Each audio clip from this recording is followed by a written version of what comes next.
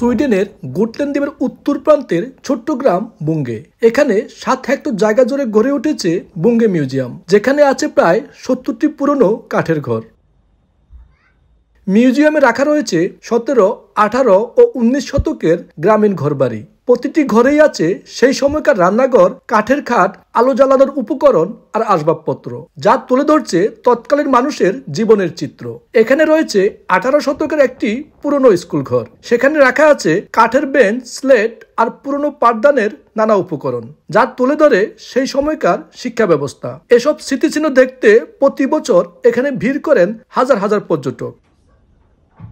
তৎকালীন কামার, দর্জি আর কৃষকদের ব্যবহৃত নানা সরঞ্জাম, পুরনো সেলাই মেশিন আর কাঠ কাটার করাত সহ 100 বছরের পুরানো নানা সামগ্রী ঠাঁই পেয়েছে এই মিউজিয়ামে, যা জীবন্ত করে তোলে তখনকার জীবনধারা। মিউজিয়ামের পাশেই রয়েছে ঐতিহ্যবাহী একটি রেস্টুরেন্ট। সেখানকার পরিবেশ, আসবাবপত্র, এমনকি খাবার পরিবেশনও ধরে রাখা হয়েছে সুইডিশ ঐতিহ্যের ছাপ।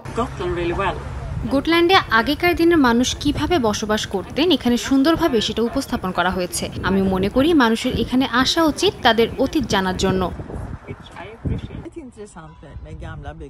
আমি আমার 2 নাতনিকে নিয়ে এসেছি আমাদের ইতিহাস ঐতিহ্য দেখাতে। এটা আমার খুব আগ্রহের ব্যাপার ছিল, কিভাবে শত শত বছর আগে বাড়ি বানানো হতো, এখানে মানুষ কিভাবে বসবাস করত, তাদের জীবনযাপনের সব উপকরণ এখানে আছে।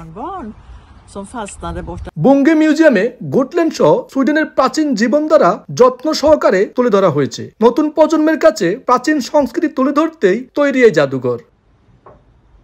শফিল আলম, সময় সংবাদ, সুইডেন।